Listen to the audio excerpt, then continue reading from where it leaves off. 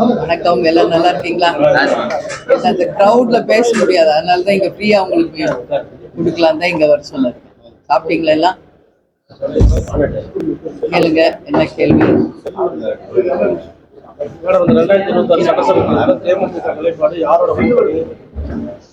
இப்போ நாமக்கல் மாவட்டத்துக்கு நீண்ட இடைவெளிக்கு பிறகு நான் வந்திருக்கேன்.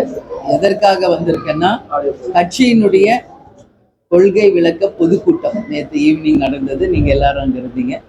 அதுக்காக இங்க வந்திருக்கிறேன். இப்போ உங்களை எல்லாரையும் சந்திக்கிறதில் உண்மையில் மகிழ்ச்சி அடைகிறேன். நீங்க கேட்குறீங்க 2026 தேமுதிகவின் நிலைப்பாடு என்ன என்று.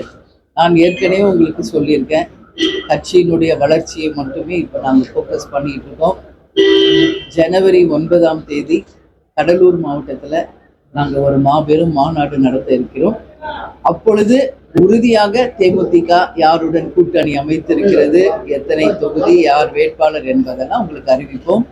அதுக்கு முன்னாடி 234 தொகுதிக்கும் தொகுதி பொறுப்பாளர்களை அறிவித்து அதற்கான பணிகளை அடுத்த வாரத்தில் தொடங்க இருக்கிறோம். அதற்கப்புறம் சுற்றுப்பிரயாணம் தமிழ்நாடு முழுக்க விஜய பிரபாகர் ஒரு பக்கம், நான் ஒரு பக்கம் நேரடியாக எங்கள் தொண்டர்களையும் மக்களையும் சந்திக்கின்ற ஒரு ப்ரோக்ராம் இருக்குங்க. அதற்கு பிறகுதாங்க அந்த கூட்டணியை பத்தி நம்ம சொல்லணும். அடுத்தது அரக்கோணத்துல இளம்பெண் ஒருவர்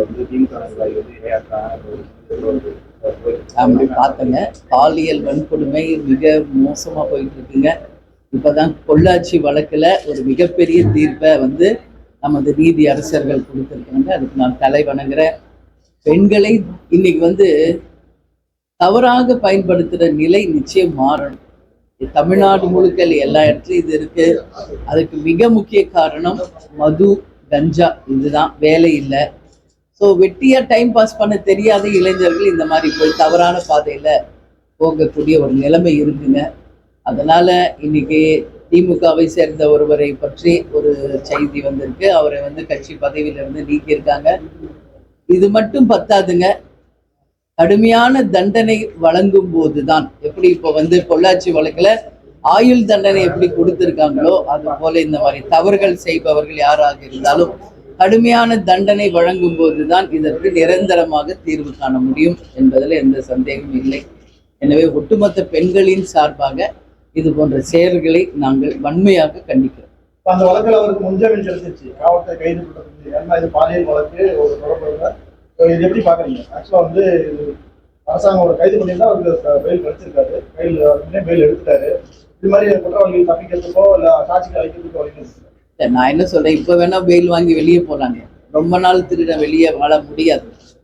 கேப்டன் எப்பயும் சொல்ற மாதிரி உப்பு தின்னா தண்ணி குடிச்சுதான் ஆகும். தவறு செய்தவர்கள் நிச்சயமாக அந்த தண்டனையை கட்டாயம், இப்ப இல்லைனாலும் இன்னொரு 6 மாசத்துக்குள்ள கட்டாயம் கிடைக்குங்கள். இதுல எந்த மாற்று கருத்து இல்லை. இன்னைக்கு அவங்க ஆளுங்கட்சி சப்போர்ட் அவங்களுக்கு இருக்குதுன்னு ஜாமீன் வாங்கலாம். ஆனா நிச்சயமாக தவறு செய்தவர்களுக்கு உரிய தண்டனை கட்டாயம் கிடைக்கும். அதுல எந்த மாற்று கருத்தும் இல்லை. நிதி ஆயோக் கூட்டத்தில் முதலமைச்சர் நேற்றே நான் அதை பத்தி நான் பேசினேன். இந்த 5 வருஷமா நிதி ஆயோக் கூட்டம் டெல்லியில நடந்துட்டு இருக்கு. முதல் முறை அவங்க மினிஸ்டர் அனுப்புனாங்க. செகண்ட் டைம் அவங்களுக்கு அனுப்புனாலும் அவங்களுக்கு அப்பாயின்மெண்ட் அவங்க கொடுக்கல. கடந்த முறை அவர் ஒரு வாட்டி ஃபாரின் போயிட்டாருன்னு விளக்கம் சொல்றாங்க திமுகல. பட் இந்த முறை அவரே நேரடியாக செல்ல இருக்கிறார். அதுக்கு கேட்டா 2261 கோடி கல்வி நிதி கவர்மெண்ட்ல இருந்து வரணும், மத்திய அரசுல இருந்து. அதை பெறுவதற்கு போறோம் அப்படின்னு முதலமைச்சர் அவர்கள் சொல்லியிருக்காரு. பொறுத்திருந்து பார்ப்போம். இன்னைக்கு மத்திய அரசிடம் கேட்டு பெற்று தமிழகத்துக்கு வர வேண்டிய நிதியை பெற்று வருகிறாரா, இல்லை தன்னுடைய சுய லாபத்திற்காக, தன்னுடைய கட்சியின் லாபத்துக்காக செல்கிறாரா என்பதை பொறுத்திருந்து பார்ப்போம். டாஸ்மார்க்ல இந்த இடி ரைடு நடந்தது. டாஸ்மார்க்ல பயன்படுத்தி படத்திற்கு முதலீடு செய்யறாங்க அப்படின்ற மாதிரி ஒரு பேச்சு. அதனாலதான் ரெய்டு போயிட்டு இருக்குங்க தமிழ்நாட்டுல. இன்னைக்கு எவ்வளோ பேர் வீட்டுல ரெய்டு. எல்லாருமே சென்னையில இல்ல வெளியூர்களுக்கு சென்று விட்டார்கள்னு சொல்றாங்க. இன்னைக்கு சம்மன் வழங்கப்பட்டிருக்கிறது ஆகாஷ் அப்படிங்கிறவருக்கு. அவர் தான் 3-4 படம் எடுக்கிறதா அட்வான்ஸ் கொடுத்துருக்காரு. யாரெல்லாம் ஹீரோஸ்க்கு அட்வான்ஸ் கொடுத்தாரோ அவங்களையும் இன்னைக்கு விசாரிக்கிற ஒரு நிலைமை இடி ஏற்படுத்தி இருக்கிறது. அதனாலதான் சொல்றாங்க, மக்கள் பணத்தை ஊழல் செய்து அதன் மூலம் யாரும் இங்க தப்பிச்சிட முடியாதுங்க. அதனால நிச்சயமாக தவறு செய்பவர்கள் தண்டனைக்கு உரியவர்களாக நிச்சயம் வருவார்கள் என்பதில் மாற்று கருத்தில். அது யாரா இருந்தாலும் சரிங்க, யாராக இருந்தாலும் தவறு செய்தால் தண்டனை அனுபவித்து தான் தீரணும். சரிங்களா? Okay, thank you. நன்றி நன்றி நன்றி.